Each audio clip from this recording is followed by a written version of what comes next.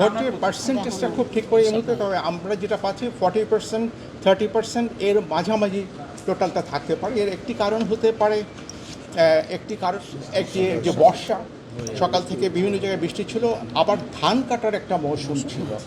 আমরা জানার চেষ্টা করেছি, আমাদেরকে বলা হয়েছে অনেকেই ধান কাটতে থাকায় ওরা ভোট দিতে আসেননি। আর তাছাড়া সকালে বেশ কিছু কিছু জায়গায় বেশ ঝড় বৃষ্টি হয়েছে, এটা একটা কারণ হতে পারে। আর আমাদের কাছে সবচেয়ে বড় কথা হচ্ছে পার্সেন্টেজ আপনাদের জানা উচিত। আমাদের যে first pass the post system, যেটাকে মেজরিটেরিয়ান সিস্টেম বলে, এখানে 2% ভোট আর 60% ভোটার বেশি আসলে সেটা অবশ্যই উৎসাহব্যঞ্জক। যদি আরও ভালো হতো সেটা ভালো হতো, কিন্তু বিভিন্ন কারণ থাকতে পারে। কিন্তু আমাদের কাছে হচ্ছে আমরা গণনা করে কে বেশি ভোট পেয়েছেন তাকে বিজয়ী ঘোষণা করা হয়। আমরা এই পর্যন্ত যে তথ্য আমরা বিভিন্ন জায়গা থেকে পেয়েছি সেই অনুযায়ী নির্বাচন ভালোভাবে অবাধ, নিরপেক্ষ এবং শান্তিপূর্ণ হয়েছে। কিছু কিছু বিক্ষিপ্ত ঘটনা ঘটেছে, যেখানে কিছু সংঘর্ষ, কিছু আহতের ঘটনা ঘটেছে। কয়েকটি কেন্দ্রে সীমিত পর্যায়ে কিছু অনিয়ম হয়েছে, যে কারণে আমরা তাৎক্ষণিকভাবে পদক্ষেপ নিয়েছি।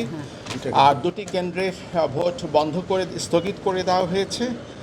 আর আমাদের দায়িত্ব পালনের ক্ষেত্রে প্রশাসন, পুলিশ, আইনশৃঙ্খলা রক্ষাকারী বাহিনী যথেষ্ট সতর্ক ছিলেন এবং দায়িত্ব পালনে তৎপর ছিলেন, এবং তাদের পেশাদারিত্বের সাথে তারা দায়িত্ব পালন করেছেন। এবং সে কারণেও আইনশৃঙ্খলা পরিস্থিতি যথেষ্ট ভালোই ছিল। আমি বলবো না যে কোথাও কোনো ঘটনা ঘটেনি, কিছু কিছু খুবই বিক্ষিপ্ত সীমিত পর্যায়ের ঘটনা ঘটেছে। সেই তথ্যটা যদি আমার থেকে নেন, তাহলে টোটাল আমাদের যে একটা কেন্দ্রীয় নিয়ন্ত্রণ কক্ষ আছে, সেখান থেকে 34টি ঘটনা ঘটেছে এবং 34টি ঘটনায় টোটাল আহত হয়েছেন 37 জন।